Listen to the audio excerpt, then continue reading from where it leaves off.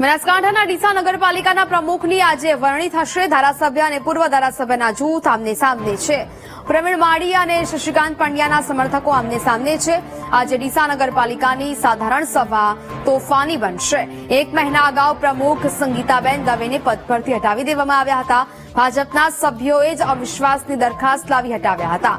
ભાજપના 27માંથી 22 સભ્યોએ અવિશ્વાસ દરખાસ્ત લાવ્યા હતા। બાદમાં નગરપાલિકાના ઉપપ્રમુખને ઇન્ચાર્જ પ્રમુખ બનાવી દેવાયા હતા। પ્રવીણ માળી જૂથના શૈલેષ રાજકોટને ઇન્ચાર્જ પ્રમુખ બનાવાયા હતા।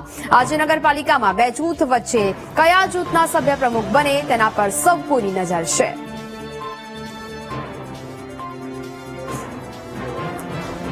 સંવાદદાતા રોહિત ફોન લાઈન પર જોડાયા છે। રોહિત, બનાસકાંઠાના ડીસા નગરપાલિકાના પ્રમુખની આજે વરણી થશે, શું અપડેટ?